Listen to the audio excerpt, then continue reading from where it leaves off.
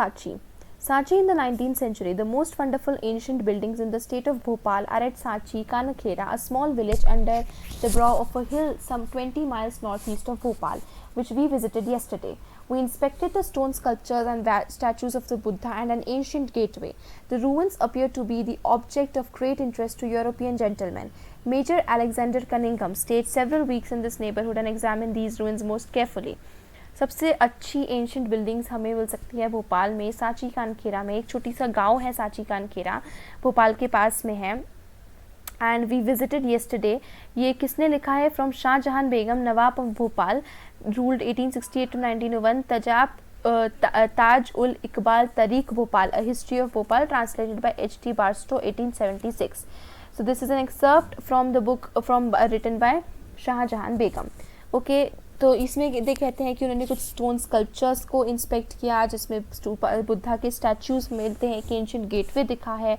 ये जो रूइंस हैं ये ग्रेट इंटरेस्ट अपीयर करते हैं फॉर यूरोपियन जेंटलमैन।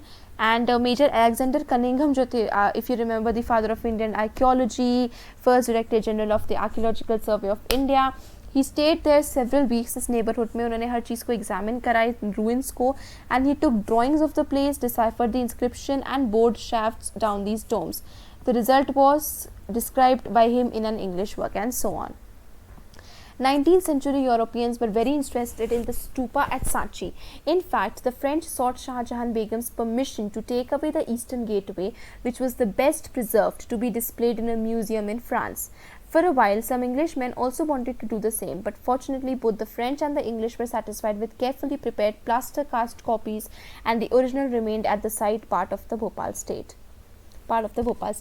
देखिए 19th सेंचुरी में जो यूरोपियंस इंडिया में थे वो साची में एक जो स्तूपा डिस्कवर हुआ था उसमें बहुत इंटरेस्टेड थे।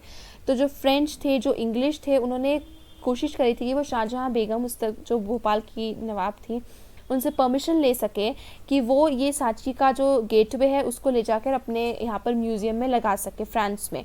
ऐसा ही इंग्लिशमैन भी, ब्रिटिशर्स भी ऐसा ही चाहते थे, but they were denied, and उनको instead of the original gateway उनको उस गेटवे का प्लास्टर कास्ट कॉपी भेज दिया गया था, एंड ओरिजिनल जो थी वो भोपाल में ही रही। Rulers of Bhopal, Shahjahan Begum and her successor Sultan Jahan Begum provided money for the preservation of the ancient site. No wonder then that John Marshall dedicated his important volumes on Sachi to Sultan Jahan.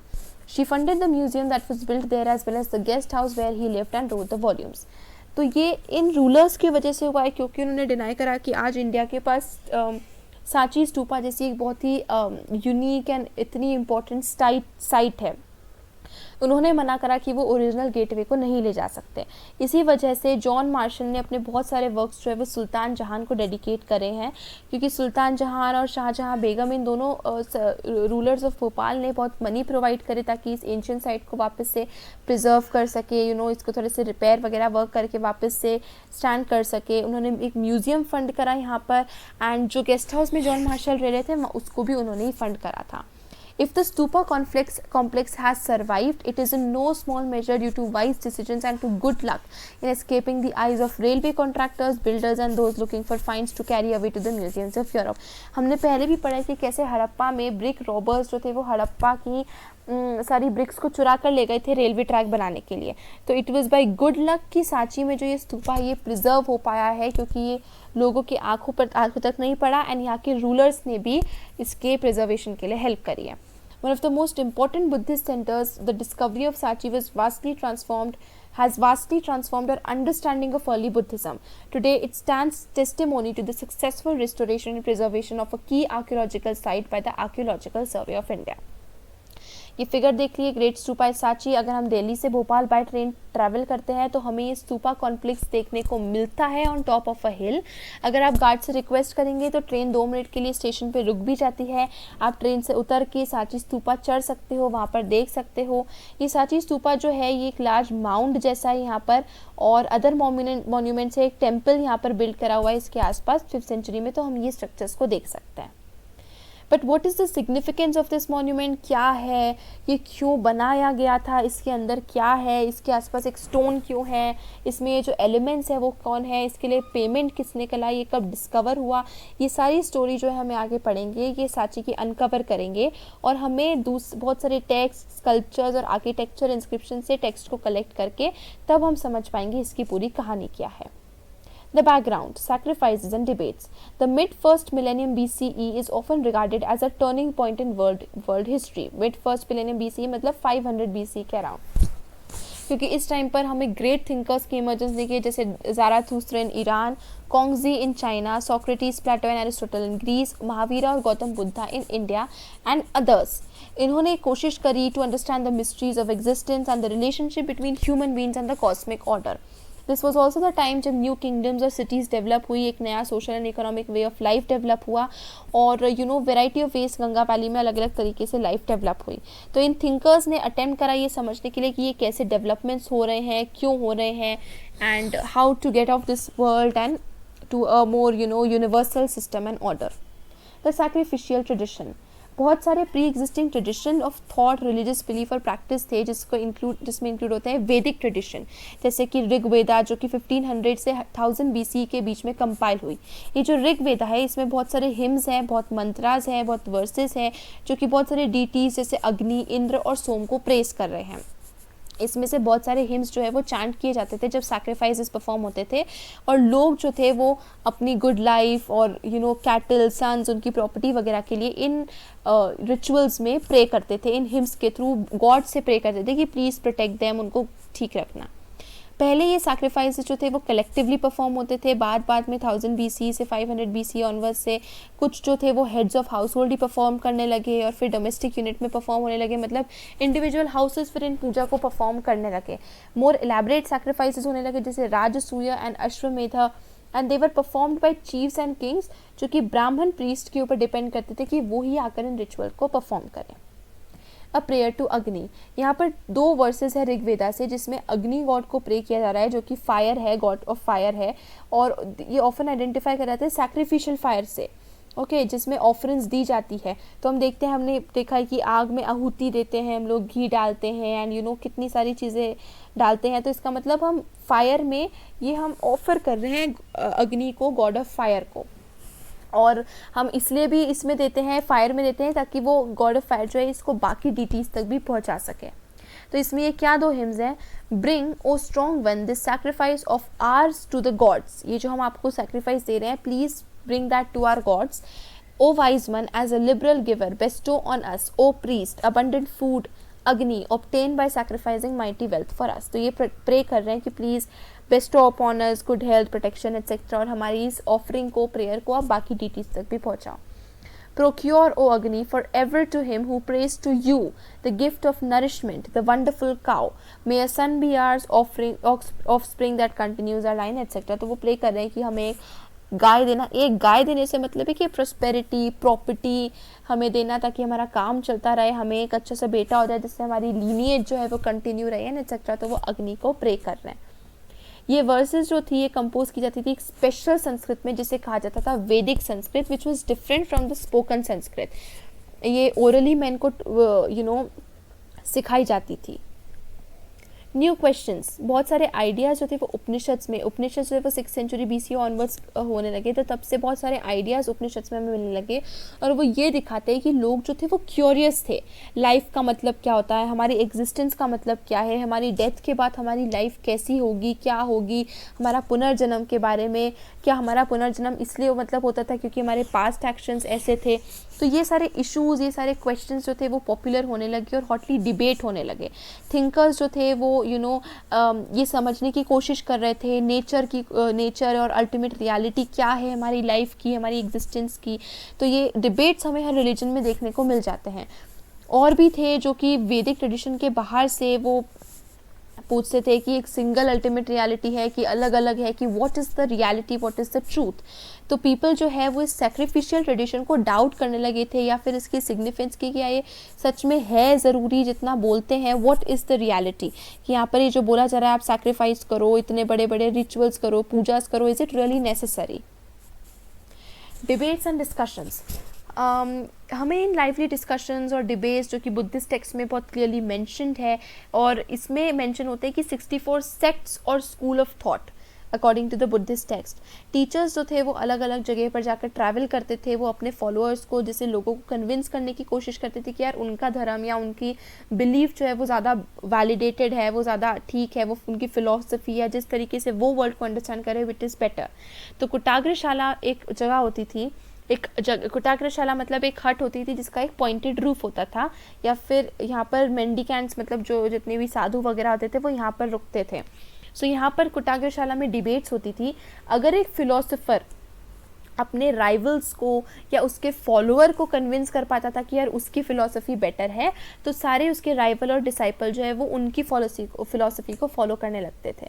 तो इस वजह से कोई भी particular sect या तो grow हो सकता था या श्रिंक हो सकता था ओवर टाइम, क्योंकि वो फॉलोअर्स फिर वो चेंज कर लेते थे अगर वो कन्विंस कर लेते थे। तो इसमें से बहुत सारे टीचर्स थे जैसे महावीरा, बुद्धा, जो कि वेदा की अथॉरिटी को क्वेश्चन करते थे कि वेदा जो बता रहे हाउ कितना सच है ये, या कितना लेजिटिमेट, कितना ठीक है। वो इन्फोसाइज करते थे इंडिविजुअल एजेंसी को कि आप ग्रुप में कुछ नहीं, आपको जो करना है खुद करना पड़ेगा, you yourself have to sacrifice. वो सजेस्ट करते थे कि मेन एंड वुमेन को लिबरेशन के लिए स्ट्राइव करना चाहिए, trials and tribulations of worldly existence की आपको इस पूरे दुनिया से मुक्त होना है। ये जितने भी मोह है, माया है, the correct words if I am using, इस मोह माया से मुक्त होकर आपको मोक्ष पाना है। This was what they used to say. ये ब्राह्मणिकल पोजीशन से बिल्कुल कॉन्ट्रास्ट में थे, क्योंकि यहाँ पर इंडिविजुअल एग्जिस्टेंस जो है वो बाय बर्थ या कास्ट या जेंडर से स्पेसिफाई होती थी।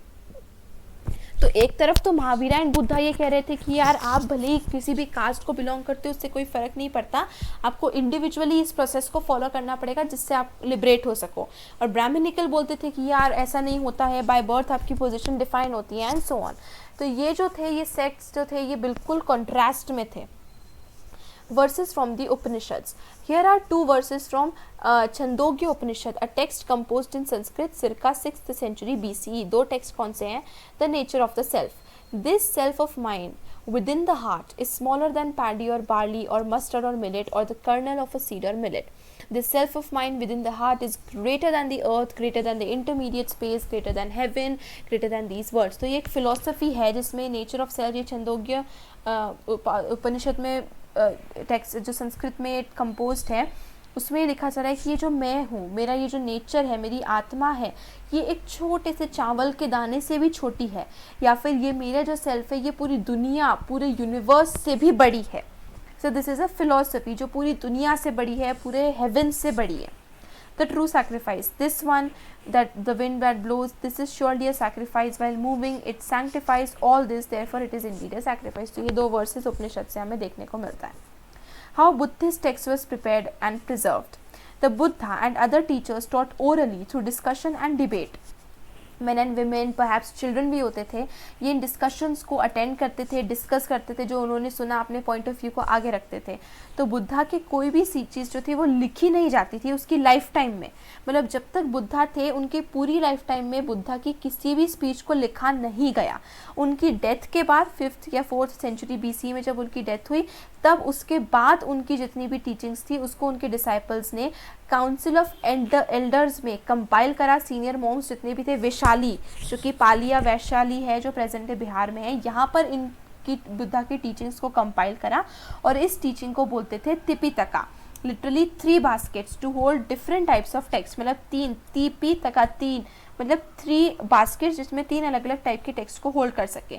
वो सबसे पहले ट्रांसमिट ओरली किए जाते थे और उसके बाद लिखे गए and according to the length as well as the subject matter.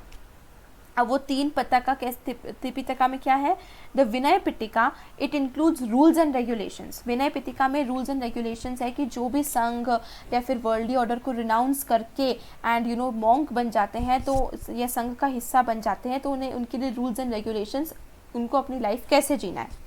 Buddha की जो टीचिंग्स थी वो सुत्त पिटिका में थे। बुद्धा ने जो कुछ सिखाया for the general man, common man, उनकी टीचिंग सुत्त पिटिका में थी। और अभिधम्म पिटिका जो थी वो फिलोसॉफिकल मैटर्स के साथ डील करती थी कि वर्ल्ड कैसा है, एग्जिस्टेंस कैसा है, बर्थ, रीबर्थ एट्सेट्रा। तो ये तीनों पिटिका जो थी, इसमें बहुत सारे इंडिविजुअल टेक्स्ट भी थे। बाद में जैसे जैसे कमेंट्रीज इसके ऊपर लिखी गई टेक्स्ट की, बुद्धिस्ट स्कॉलर्स ने इसके ऊपर लिखा, वो क्या सोचते थे इनके बारे में एंड सो ऑन। तो ये 3 Pitaka, please remember Vinay Pitaka, Sutta Pitaka and Abhidhamma Pitaka.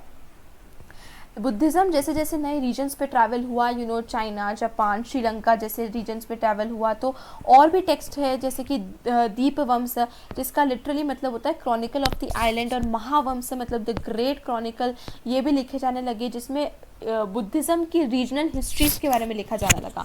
तो बुद्धिज़्म कैसे डेवलप हुआ, कहाँ डेवलप हुआ, क्या क्या हुआ उसके डेवलपमेंट में, बहुत सारी ये वर्क्स जो थे, इसमें बायोग्राफीज ऑफ बुद्धा भी बुद्धा की बायोग्राफी के बारे में भी लिखा गया था इन बहुत वर्क्स में, कि बुद्धा की लाइफ कैसी थी, वो कहाँ गए, कैसे ट्रैवल करा। इनमें से कुछ ओल्डेस्ट टेक्स्ट जो थे वो पाली में लिखे गए, और लेटर वाले जो है वो संस्कृत में लिखे गए। जब बुद्धिज़्म ईस्ट एशिया में स्प्रेड हुआ तो पिलग्रिम जैसे कि फारजियान और शुआनजांग ने चाइना से लेकर वो इंडिया आए, ताकि इन टेक्स्ट के बारे में सर्च कर सके, ढूंढ सके और समझ सके। तो इन टेक्स्ट को फिर वो वापस अपनी कंट्री में ले गए, जहाँ पर इन्होंने ट्रांसलेट करा बाय स्कॉलर्स, इसको ट्रांसलेट किया गया into their language. Indian Buddhist teachers भी थे जो वो दूर दूर तक गए, उन्होंने धर्मा को प्रोपगेट करा, उन्होंने इस टेक्स्ट को कैरी करा, फिर उसको डिस्ट्रीब्यूट करा, ताकि बुद्धा की टीचिंग्स को दूर दूर तक फैलाया जा सके। बुद्धिस्ट के जो टेक्स्ट थे वो प्रिजर्व करे थे उन्होंने मैन्यूस्क्रिप्ट्स में, बहुत लंबे टाइम तक मोनास्ट्रीज में in different parts of Asia में इसको प्रिजर्व करके रखा गया था। इसके मॉडर्न ट्रांसलेशन जो है वो पाली, संस्कृत, चाइनीज़ और टिबेटन टेक्स्ट में इसको ट्रांसलेट किया गया है। ओके, ये बुद्धिस्ट मैन्यूस्क्रिप्ट है इन संस्कृत 12th सेंचुरी। देखिए कितनी अच्छी तरीके से इसको प्रिजर्व करा गया है। फैटलिस्ट एंड मटीरियलिस्ट, ये हमारा सोर्स है। Here is an excerpt from the Sutta Pitaka describing a conversation between King Ajatasattu, the ruler of Magad, and the Buddha. Do you remember King Ajatasattu? हमने पढ़ा था इसके बारे में चैप्टर नंबर 2 में, इसका मेंशन था सिर्फ। ओके, मगध के रूलर थे। एक ओकेजन पे किंग अजातशत्रु जो थे वो बुद्धा को उन्होंने विजिट किया, और उन्होंने डिस्क्राइब किया एक अनदर टीचर जो उनका नाम था मखली गोसाला। ओके, तो ये डिस्क्राइब करता है कि किंग अजातशत्रु जब बुद्धा को मिलने गए थे तो एक दूसरे टीचर मखली गोसाला ने उनको क्या समझाया था, वो इसको डिस्क्राइब कर रहा है। Though the wise should hope, मतलब वाइज जो थे उनको होप करना चाहिए, by this virtue, by this penance I will gain karma. तो जो समझदार है वो यही होप करना चाहिए कि मैं ये सारी भक्ति करूँगा, मैं ये पेनेंस करूँगा, तो उससे मैं कर्मा, गुड कर्मा गेन करूँगा। और जो फूल है, by the same means hope to gradually rid himself of his karma, neither of them can do it.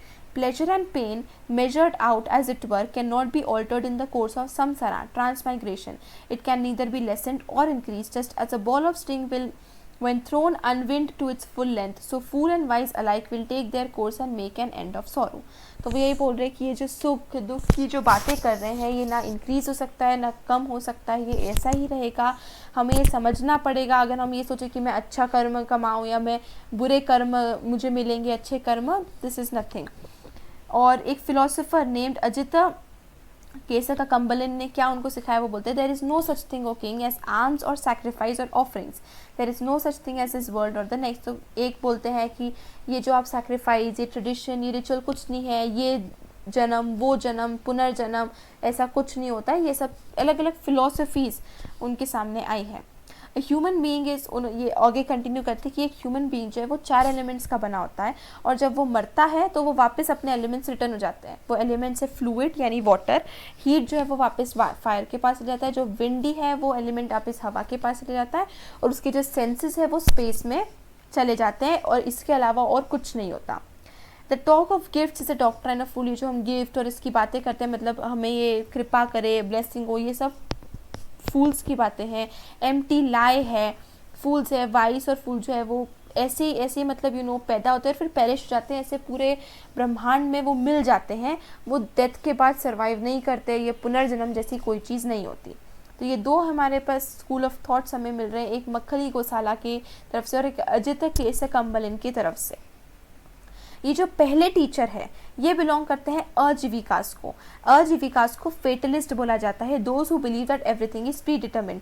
तो मतलब अजीविका, ये जो मखली गौशाला है, इनका कहना मतलब ये था कि ये जो प्लेजर पेन आप जो बोल रहे हो, आप इसको बढ़ा या कम नहीं कर सकते, सब कुछ पहले से डिटर्मिन्ड है, सब कुछ वैसा ही होगा जैसा आपकी किस्मत में लिखा हुआ है, जैसा होना है वैसा ही होगा। तो आप अगर ये सोच रहे हो कि मैं इससे ये करूँगा तो मेरे अच्छे कर्म बनेंगे, मैं ये करूँगा तो बुरा कर्म, उससे कोई मतलब नहीं है। जो आपके साथ होना है सब कुछ प्री डिटर्मिन्ड है, आपके उससे कुछ नहीं होना है। तो इनको कहते हैं फेटलिस्ट, जो फेट को वो करते हैं कि जो होना है आपकी किस्मत में लिखा हुआ है और सब कुछ पहले से प्री डिटर्मिन्ड है। सेकेंड टीचर जो ये अजित है वो मटीरियलिस्ट कहलाते हैं। वो ट्रेडिशन ऑफ लोकायत्स, अजीविकास एंड लोकायत्स को बिलीव करते हैं, जो मटीरियलिस्ट होते हैं। इनका मतलब ये होता है कि ऐसा कुछ नहीं होता है कि ये फेट वगैरह ऐसा कुछ नहीं होता है। इस ट्रेडिशन के टेक्स्ट जो थे वो सर्वाइव नहीं हो पाए मटीरियलिस्ट या लोकायत्स के, तो हमें इनके बारे में बहुत कम पता है, या जो भी पता है वो दूसरे ट्रेडिशंस ने अगर इनके बारे में लिखा हुआ है उससे ही पता है। ओके।